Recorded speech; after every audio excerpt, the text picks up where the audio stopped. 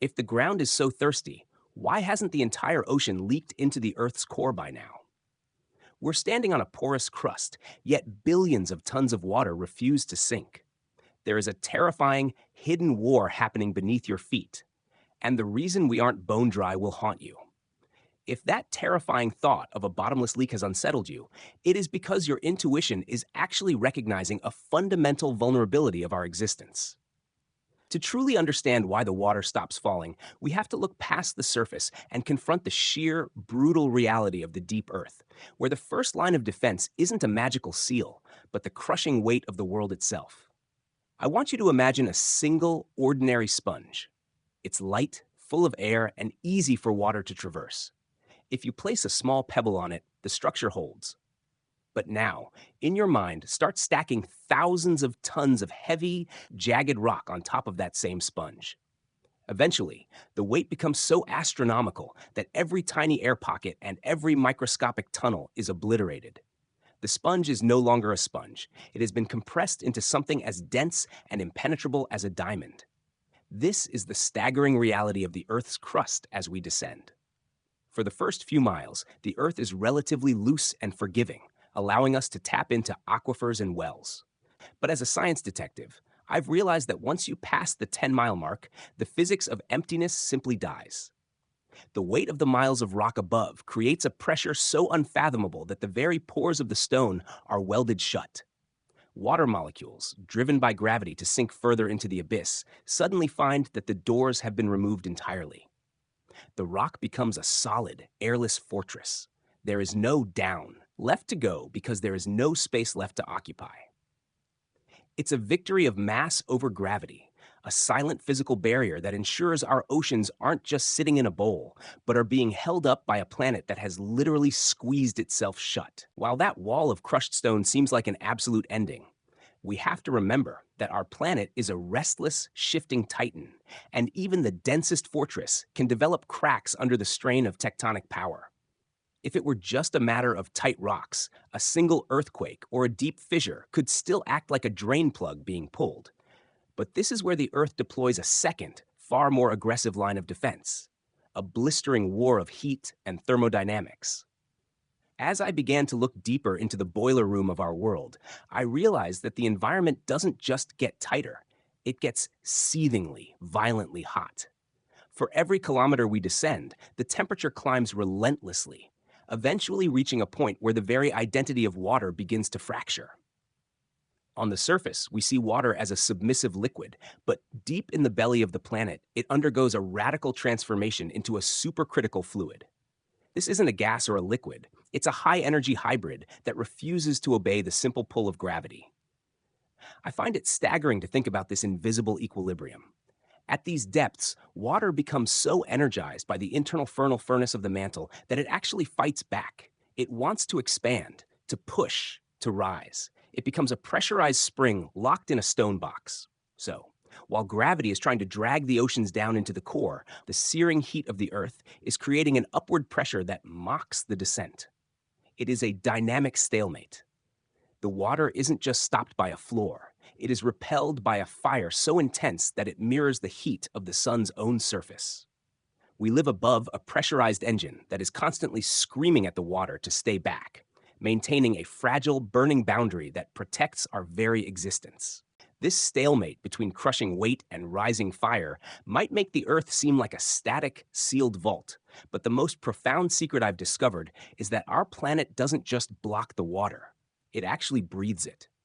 We have to abandon the idea of a one-way leak and instead envision a grand, slow-motion respiration that spans millions of years, a process that geologists call the deep water cycle.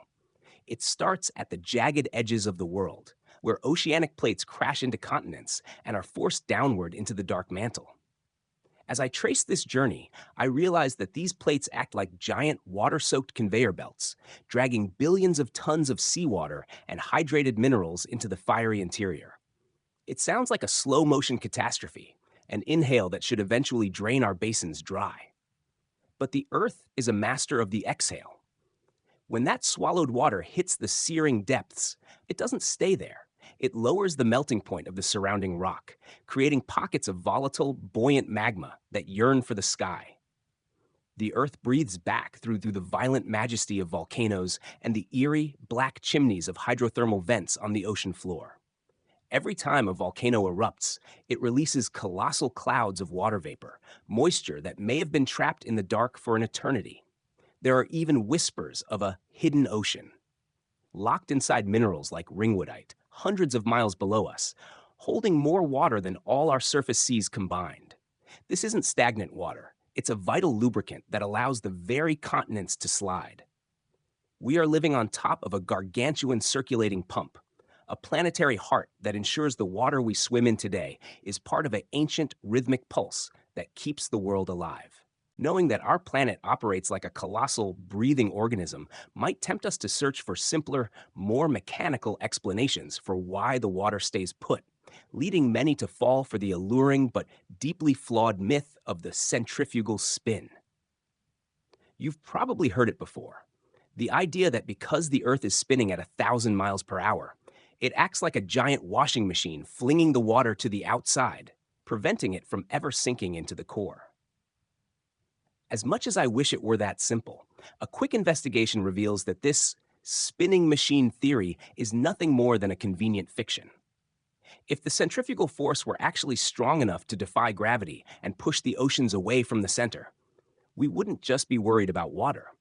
The very ground beneath us, the trees, the mountains, and every one of us would have been hurled into the cold vacuum of space long ago. The truth is far more humbling. Gravity is the undisputed king of this domain, and it is constantly pulling every single drop of the ocean toward the heart of the planet. The reason we aren't standing on a dry rock isn't because of a trick of motion, but because of the magnificent ancient symphony of pressure, heat, and geological balance we've uncovered. It is a sobering thought to realize that the solid floor we stand on is actually a dynamic, vibrating boundary, a gift from a planetary engine that has been fine-tuning its equilibrium for 4 billion years. This discovery leaves me with a profound sense of fragile wonder. The Earth is strong enough to keep its oceans from vanishing into the abyss, but it is not immune to the scars we leave on its surface. We are the fleeting witnesses to a geological masterpiece, and while the Earth will surely keep its water long after we are gone, it is our responsibility to ensure that the water remains a source of life, rather than a memory of what we failed to protect. As I look out at the horizon, I don't just see a blue line anymore. I see the visible pulse of a guardian that has never once let us fall through the floor. The realization that our existence rests upon such a violent yet precise equilibrium brings me to a final, humbling truth about our place in this grand design. We often treat the blue horizon as a permanent fixture, an immortal backdrop to our short lives. But as we've unraveled today, the ocean's presence is a hard-won victory of geological forces that don't care about us at all. It is a sobering reflection. The Earth does not hold onto its water because it loves us, but because it is a massive, self-regulating machine of rock, fire, and time. As a wanderer in this modern age, I find that this scientific journey deep into the crust changes how I see everything. We are the lucky beneficiaries of a Goldilocks moment in planetary history, a window of time where the floor is solid enough to stand on, yet the heart is hot enough to keep the water from leaking away. But we must be careful not to mistake this geological endurance for invulnerability. While the Earth is powerful enough to stop the oceans from vanishing into the core, it is surprisingly sensitive to the chemical scars we leave on its thin outer skin. The deep cycle will continue to breathe, and the pressure wall will hold firm for another billion years, but the quality of the world we actually touch is in our hands. This story of the great leak that never happened is a reminder of our fragile stewardship. We live on a masterpiece of planetary engineering, a silent guardian that has never let us fall through. Next time you stand before the sea, I hope you feel that same shiver of wonder I do.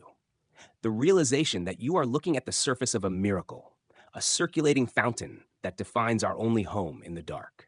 And if this investigation changed the way you look at our world, don't forget to subscribe to the channel. Your support gives me the motivation to keep diving into the dark to bring these incredible stories of our universe back to the light.